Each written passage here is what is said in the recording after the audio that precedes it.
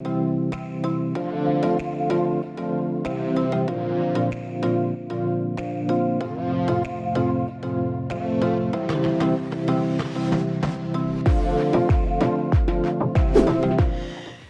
everyone and welcome to episode 6. I'm Erin Bailey, your public information officer, and today I'm joined by Midland Police Department's Chief Herman. Hi. Hi.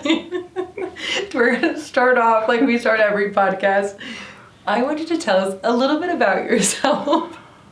But first, talk about how long you've been with the department. Okay. We will start there, and then I'll ask you a few more questions. All right. I started with Midland Police Department in December of 1995. So I'll be in my 26th year beginning December. And before that, you were with? I worked for approximately 2 years with the Midland County Sheriff's Department, and then I started my law enforcement career with the Brewster County Sheriff's Department in Alpine. And did you always want to go into law enforcement? No. When I was very young, I wanted to either be in the Marine Corps or be a cowboy. And so one of those I did for a while, the other I didn't get to I guess that didn't come to fruition because I married my lovely wife and decided that marriage was more important than the United States Marine Corps. So my father had been in law enforcement for 25 years, so that was just kind of a natural progression for me.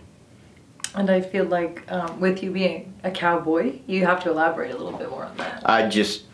Traditional ranch work while I was attending Sil Ross in Alpine. So I got a feel for that life, really enjoyed it, but decided that I needed to make a career change and something that would be a little more lasting and hopefully more profitable. And talk to everyone about what degrees you got while at Sil Ross. Yes. I think this is the biggest fun fact about you. Fun fact? Okay. I have a Bachelor of Science degree in Criminal Justice and Associates in Applied Sciences in Farrier Technology. And tell everyone what that means. Horseshoeing. There we go. It's quite in depth, however. Can you still do it if you needed to? I can. I do. I have. Yeah, over the years I've continued to ply the trade intermittently. So if you retire, is that what you want to do? God, no. No, that would it's very physically taxing and demanding, even in my short stature. Crawling up, being bent over under a horse multiple times a day. No, it can get quite like I said, quite physically taxing, so your body breaks down. But I can if I have to. Yeah. But you've been with the police department in Midland since 1995. Talk to me about the different positions you've held. Well, like everyone else, I started in patrol after the field training officer program. I was on patrol for about 2 years, and I transferred to a specialized unit back then called the substation unit. It was formed in response to community policing that was quite prevalent in that day. So basically we were a group of 3 officers and 1 sergeant. We had the big EM50 bus that now is our command post that we would drive into different neighborhoods that were having issues, and we did bike patrol. Oh, really? Yeah, we did a lot of bicycle patrol. Did some kind of surveillance operations and targeting specific criminal activity and that sort of thing. I didn't even know that was a thing. It was back then, yeah. When did that stop? I think the substation unit probably ended around 98, 99, so somewhere in there. Yeah. So where did you move after that? After that, I was transferred to detectives as a narcotics unit investigator. And so I did that for about 2 years before I promoted to sergeant. Returned back to the streets as a patrol sergeant, and then was transferred to the K-9 unit as the sergeant. So I ran a dog for, it was 2001 till about 2004, I think, 4 or 5. So I worked K-9, and also at that time we incorporated the gang unit into the K-9 unit. So it was 2 separate units, but I ran both units at that time. Okay. And then from there I promoted to lieutenant, returned back to patrol, did a short stint on patrol nights as a lieutenant, and then transferred to special investigations over narcotic. At the time it was over narcotics, auto theft, white collar crime, that sort of thing. And then returned back to patrol for 3 years as a lieutenant, and then promoted to deputy chief, and bounced from deputy chief over field operations to investigative services, and then where I am now. And here we are. And here I am. And you've been doing this, chief, for how long now? I was appointed as interim in March of 2018. Okay. And then formally sworn in as permanent chief that December. And now, a big topic that we're going to talk about today. Mm-hmm. MPD for the first time in over 50 years, or just about 50 years. Yeah, almost 50 years, yeah. Has their own academy. Yes. So talk to me a little bit about that. Our last MPD academy was in 1972. It ran from January to April of 1972. And then we joined PBLEA, the Permian Basin Law Enforcement Academy. And we stayed with PBLEA until just this week. And obviously there were a lot of pluses to being affiliated with PBLEA. You worked with, or our recruits rather, worked with different agency representatives. So that was a great experience. It's a great organization. It still is. It's still in effect. PBLEA will continue to service surrounding law enforcement agencies throughout the Permian Basin. But I think that we made a decision as a command staff that our agency had grown enough that we need to impart some specific philosophies and methodologies to our personnel. And the only way to do that was to have our own academy. And it would expedite some of the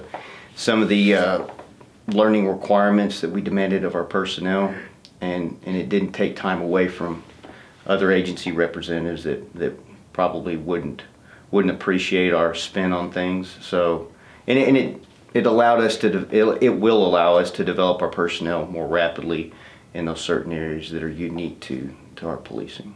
Talk to me a little bit about how our academy will differ from PBLEA. There'll be some nuances as far as imparting our policies and protocols at the onset. We'll change some of the training formats to where firearms and defensive tactics continue throughout the entirety of the academy rather than just in specific blocks. And so our hope is that we'll be able to progress our people faster. There are a lot of what I would consider to be more advanced techniques that we'll be able to present during the academy phase rather than teaching them after they've left the academy. Do you think that this will help? I guess, can we be more strict on who we can and can't accept with it being our own academy? Or will that still be the same guidelines? Well, we already are. Our requirements are, as you can imagine, pretty restrictive. Mm-hmm. The challenge is trying to, with a regional academy, is trying to fit everyone's needs. So with having our own academy with our own cadre of instructors, everybody will be on the same page. Everybody should progress at the same pace, and then obviously our physical fitness requirements are more stringent. Our shooting requirements, so a lot of those things should, as they would say, up our game a little bit. Talk to me about how that's going to help with us doing everything how you guys want it done once they get to the streets and are actually serving the citizens. How's that going to help them? It will expedite that learning curve a lot. So once they get to the streets in the field training officer program, we won't have to teach them additional policies and protocols as well as techniques that we'll be able to cover now in the academy instead of having to touch upon it through the FTO program and then continuing on to once they leave the FTO program and become street officers. Will the academy and the FTO program still be for the same amount of time, or will that change? Our academy now will be 24 weeks from the previous 17 weeks with PBLEA, okay. So it'll be extended. It should not change our FTO program. We may have to make some tweaks. Like I said, hopefully we'll be able to cover a lot of material now in the academy that we would previously had to have covered an FTO, so Okay. it should expedite that process. And let's talk about how I don't think a lot of people realize how much training you guys do even after you're out of the academy and out of the FTO program. So touch on that a little bit. Well, every police officer with the city of Midland is a patrol officer, and then predominantly through FOB, which is Field Operations Bureau, which is everybody wears a uniform basically, as well as investigative services and support services.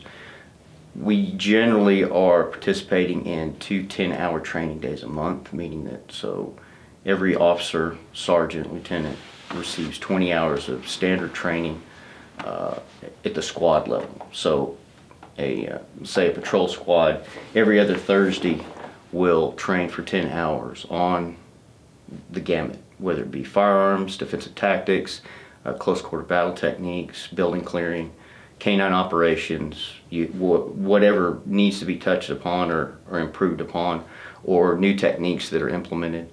They have that time to go through training as a squad, so they're all on the same page. Same goes for the Investigative Services Bureau, our detectives. So we're unique in the aspect that I would say that our department nationwide probably has a lot more training that's provided to their personnel on a routine basis. And do you think that's what makes Midland PD so special? I think it is. Our philosophy is that professionalism comes from good training. And the more you can train people to be comfortable in uncomfortable circumstances and react appropriately without going to black, as they say, and becoming inundated with circumstances that may be chaotic, I think the better opportunity you have to bring a situation to a successful resolution. So it protects our personnel, but it also protects the citizens. Is it the lieutenant of that group that picks what trainings they're going to do each month, or how is that decided? No, the bulk of the training is standardized by our training division, so that information is put out. The individual squads and divisions participate in that specific training, and then they may add something as well to their 10-hour day, whatever they want to touch upon, whether it be felony stops or pursuit driver training, whatever they believe that their individual teams need more time on. This new recruit class, we have 11 going through the academy, but we also have some new recruits from across the country. What is it like for you as chief seeing Midland get people from other departments and other areas? Well, it's really a neat experience just being able to speak with these folks that are coming from as far as New York and Florida and California, those different areas of the country. It's enlightening to just talk about what their upbringings were like, and those that have come from different departments in other parts of the country. We have former NYPD officers, so just learning what the different nuances are between the policing that they did previously and what they're about to do and are doing. It's pretty interesting. We just put out a video about lateral recruitment. What is it for laterals they don't have to go through a whole academy, correct? If they wanted to transfer here from a different department? If it's a department within the state of Texas, as long as they have a Texas Basic Peace Officer certification and have worked for a department within the state, then their training opportunity, their training time is I guess it's lessened considerably. Yeah, it's accelerated through the field training officer program. Now, obviously, they wouldn't have to attend the academy because they've already attended a Texas Basic Peace Officer Academy. So the FTO program is geared so that those laterals can be assessed individually, and if they're progressing appropriately, then that time can be cut, just depending on how well they're performing. And everyone, whether you're lateral or a fresh recruit, you all start as a patrol officer, correct? Yes, after the field training officer program, yes. With this new academy being just MPD, what are you most excited about it? I'm really excited to see how our training cadre picks up the pace, as it were. How they're able to tweak the curriculums and adjust them for the pace of our personnel that are now our recruits. I think it'll be really interesting to see how it progresses. And Monday was the first day. This comes out on a Friday, but yesterday was the first day.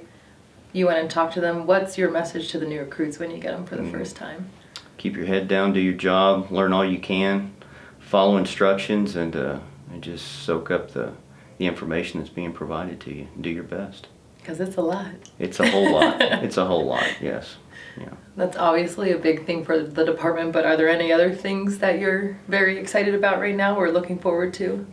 We're really looking forward to getting our numbers up. With an increase in personnel numbers, we're able to expand our capabilities. Rather than being reactive, we can be more proactive like we have in the past. With a personnel shortage, you're basically just going call to call. But now our people will have the opportunity to go out there and really to look for the crime rather than it simply being reported to them and then following up. So we're really excited about the proactive aspects of it. We'd like to expand some of our current units, our direct patrol team, which is our primary gang enforcement group. I want to increase those numbers. Our narcotics unit, they need more personnel. So as well as persons, crimes, and obviously everything has to start at patrol. So once those numbers come up, we'll be able to fill some new spots in those other divisions. It's a very exciting time. Are there any other, I guess, units we would call them, that we don't have now that you hope to have once we get those numbers? We have looked into placing people in different federal task force positions. We have some already dispersed with different agencies, but we'd like to increase that foothold and see just what we can accomplish working with our federal partners.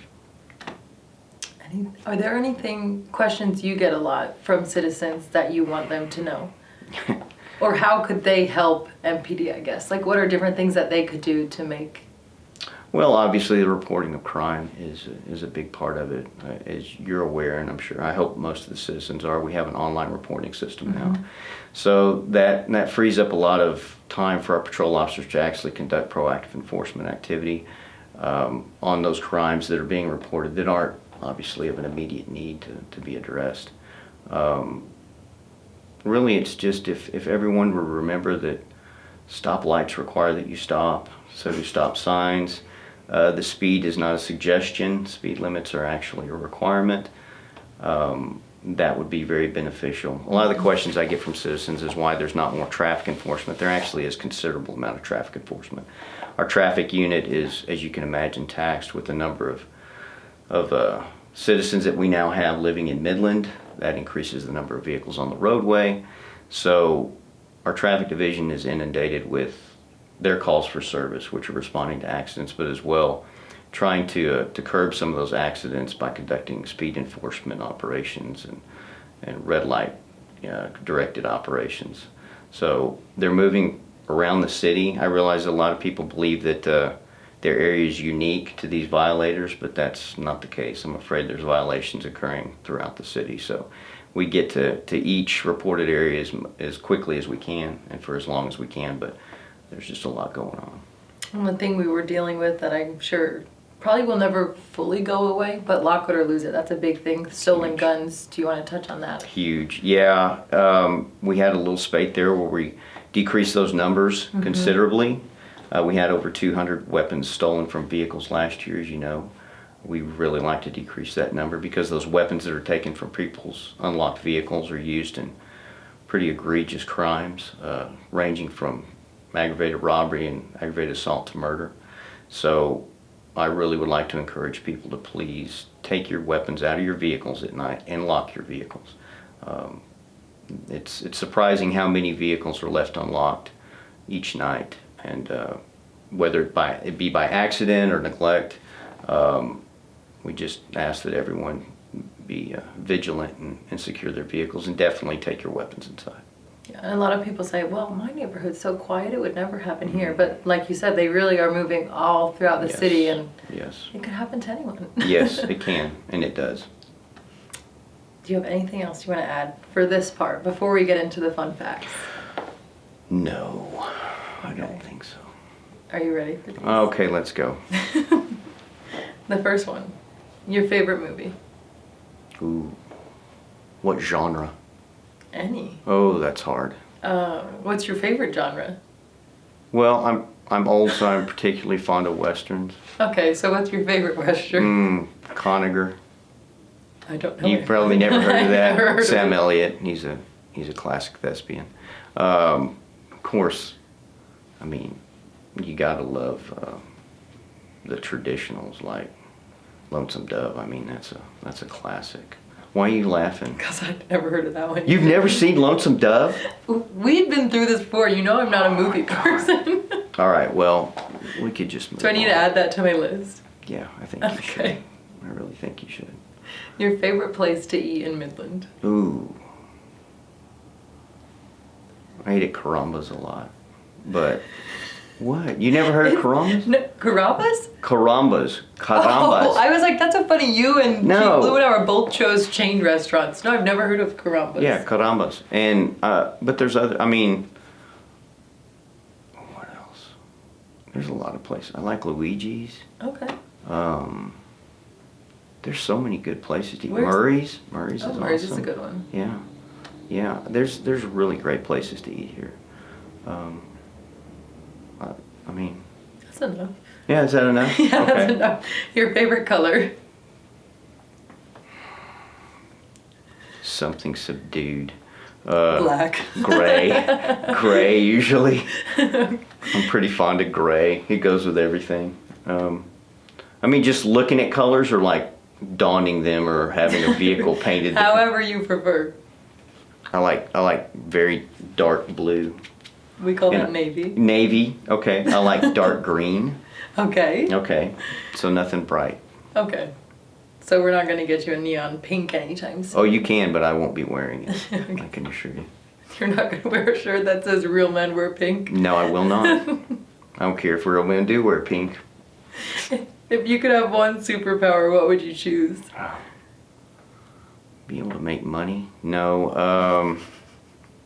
Everybody says flight, but I'm scared of heights. I'd like to be really, really strong. I think you can accomplish a lot by being, just superhuman strong. I think that'd be cool. Yeah. That would be pretty neat. Yeah. Just to be able to like lift up a building. Yeah, like lift a car, Yeah. stuff Stop like a that. train. Exactly. I think you can do a lot like that. Are you a dog person or cat person? Or neither? I really like dogs. I grew Oh, you up. were on the K9, yeah. Yeah. I love dogs. They're loyal. They like you no matter what. Yeah. Cats are a little more indifferent, but I still like cats. So, everybody asks me, do you really like horses since you're a horseshoer? No, they're mean. They try Did to you ever kick get you like in the popped head. in the face? Oh yeah, I got kicked Yeah. all the time. Plus, I mean, if you do any kind of, riding bronc horses on ranches or any rodeo, you're gonna get knocked around a little bit. Did you do that? A little bit, yeah. Oh. Did you want to go into rodeo? Not after I found out I wasn't any good at it. No. Yeah, it would have been great to have the talent, but I lied to myself for a little bit. And, it was. I quickly realized that my schoolwork had to take precedence over all the other stuff I wanted to do. My father told me that quite a few times. So, yeah, I had to jump out of that. And here you are. And here I am. Here I am. Your go-to karaoke song.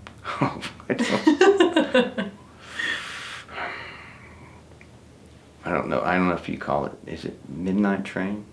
Don't Stop Believing? Yeah. Who is that? Midnight train going Going in.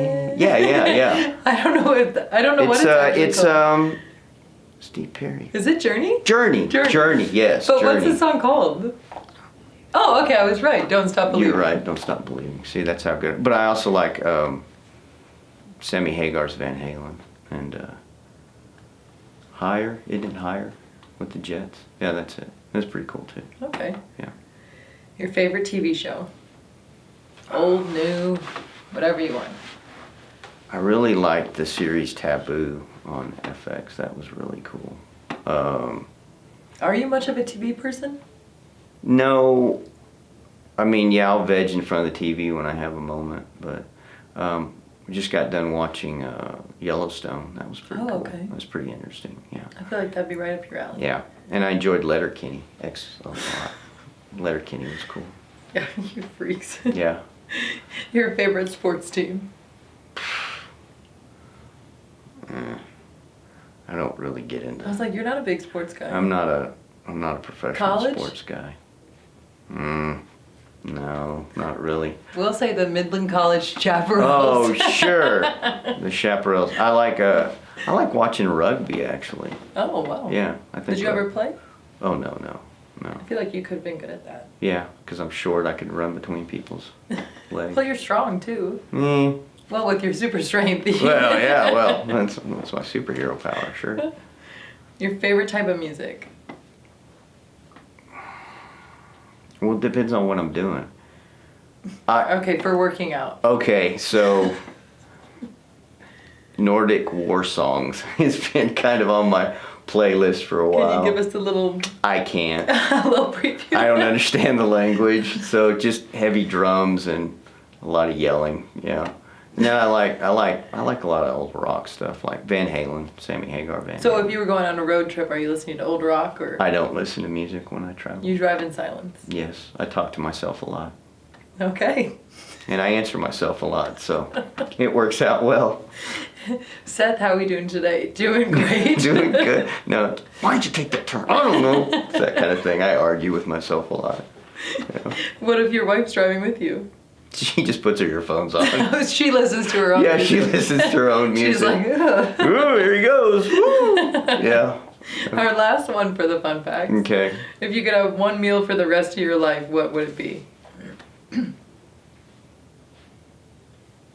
It would be enchiladas, tacos, Spanish rice, and I won't name the beverage, but yeah, I really like Mexican food. But I grew up in El Paso, so. So, I guess, would you get it from Carumbas? I very much like Carumbas, but there's a place that is near and dear to my heart in El Paso called Leo's that whenever I go there, That's the spot. I have to eat there, yeah. Do they know you when you walk in? No, absolutely not. Oh. El Paso's pretty big. They don't care about me. There's Seth! Hey, Long time what's no up? see. No, nothing like that. No, I'm not Norm from Cheers or anything. Oh, yeah. My fiance's obsessed with that show. Oh yeah, it's classic. We just went in Boston. Oh, was it cool? Mm-hmm. It was. I mean, it does not look like it does in the show. I'm sure it's smaller. Yeah, and it's like two separate bars. Oh, okay. In one place, but still pretty neat. Makes sense. That's the last of the fun facts. That's it, huh? Now we're on to the citizen questions. Oh, great. Okay, go. When is the first day of the next academy? Currently it's scheduled for March 28th, tentatively speaking. That can be adjusted depending on how this academy goes and what the refit time is for our training cadre to get ready for that next academy. So they'll need time to assess the past academy, make some tweaks, probably adjust some curriculum, and then get started. So tentatively it's scheduled for March 28th, just to give them enough time for the refit, but it could be earlier. And the next testing date, September 18th. Oh, great. So if they want, with testing dates, I guess they have up until, they could probably make it to a few testing dates if they Sure. didn't make this one to make Sure. it into the next academy. Yes. We try to test right up until obviously the testing is the first phase. After that, the background investigation is what takes the longest period, Mm-hmm. longest time. So there's a lot that goes into that. Our personnel and recruiting team does a phenomenal job, as do all the other officers who pitch in to conduct background Mm-hmm. investigations. But it's a very time-consuming process.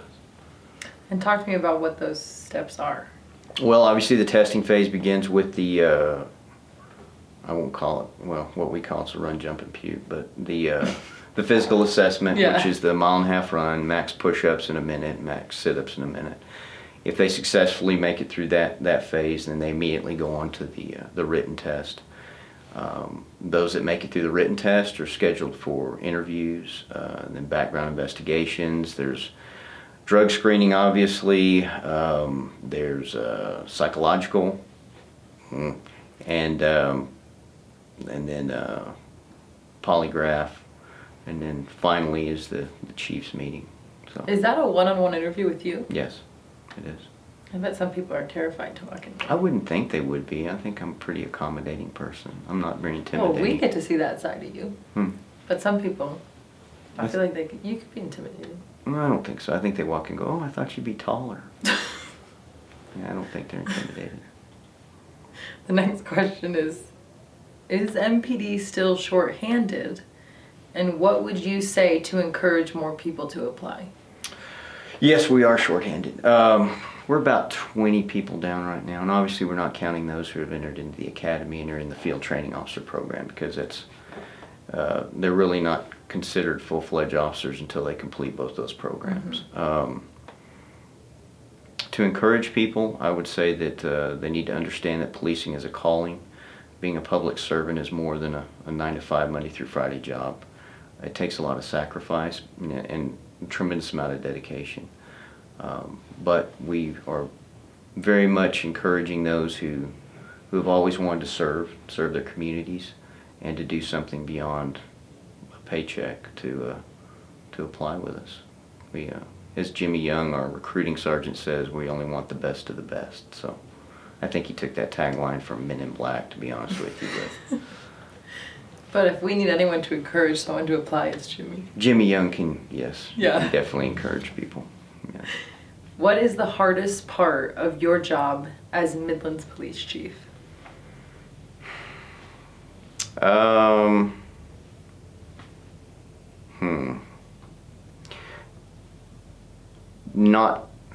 I think the hardest part is constantly worrying about the welfare of our personnel, and then the welfare of the citizens, and how to improve safety on both sides of that.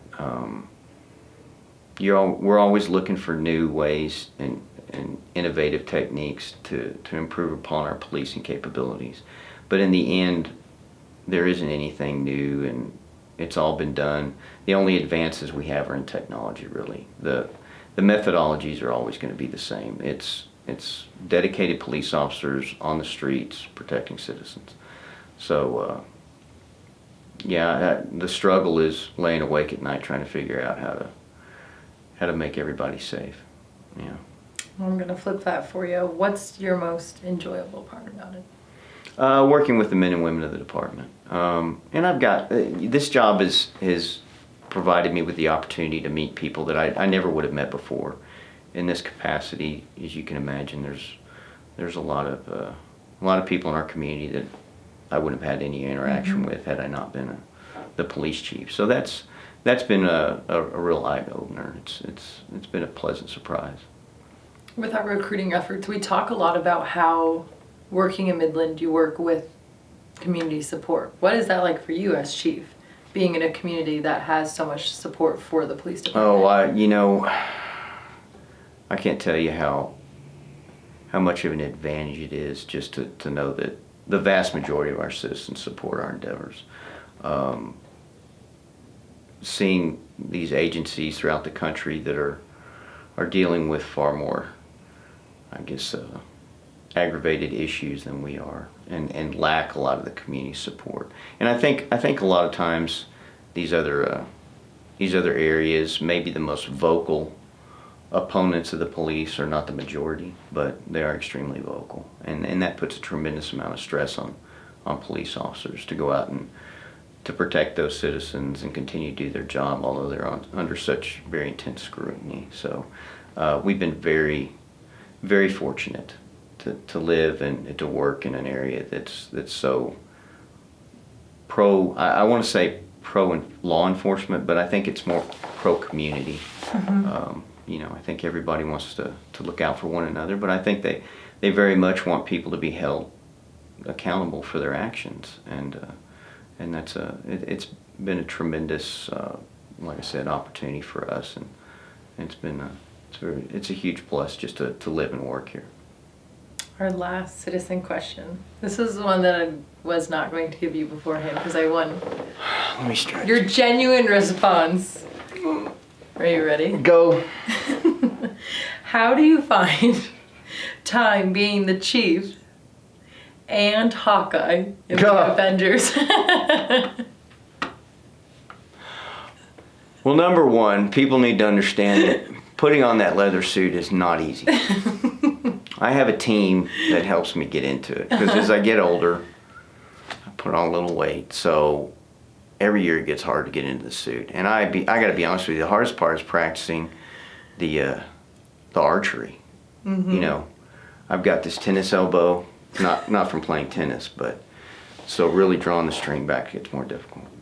That's pretty funny. You know, I went to an event on Saturday, backpack giveaway at Mount Moriah Church, and one of the people who was there thought that I was Steve Zahn, who is an older actor. I think the movie was National Security or something.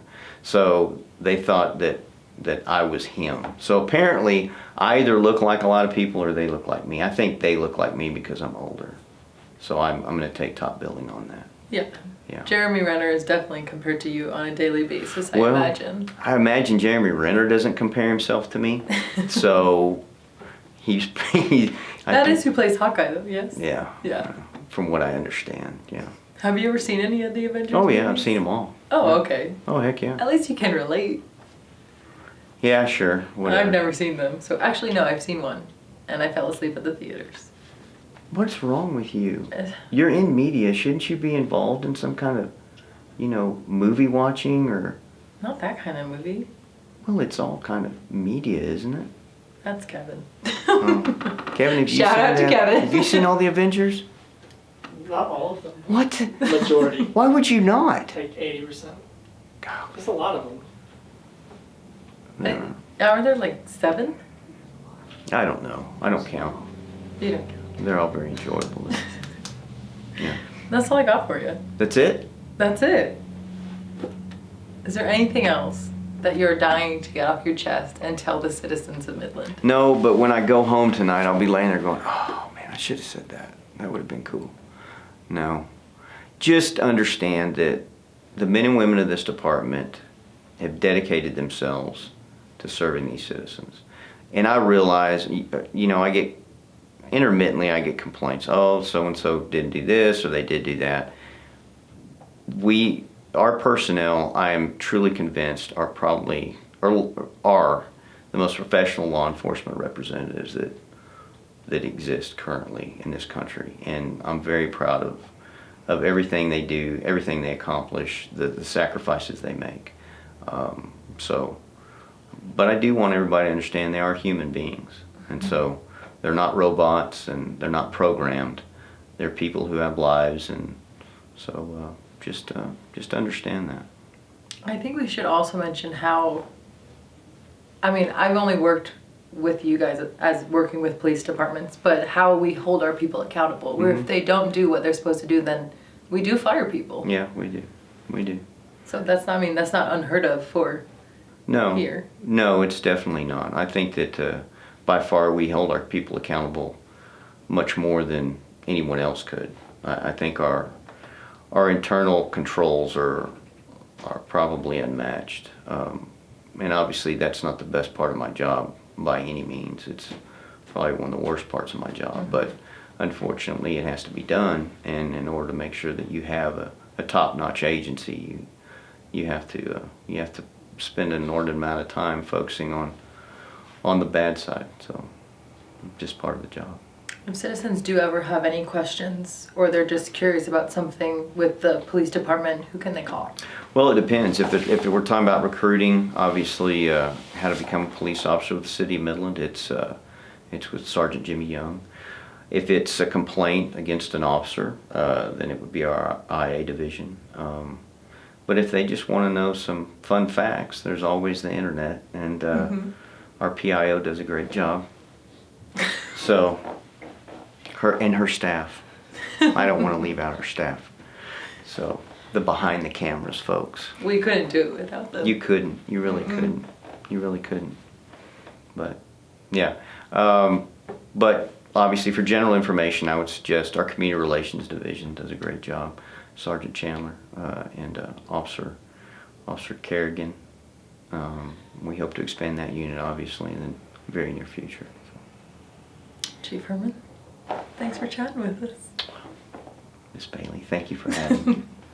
Everyone, that does it for episode 6 of My Midland. We'll chat with you next time.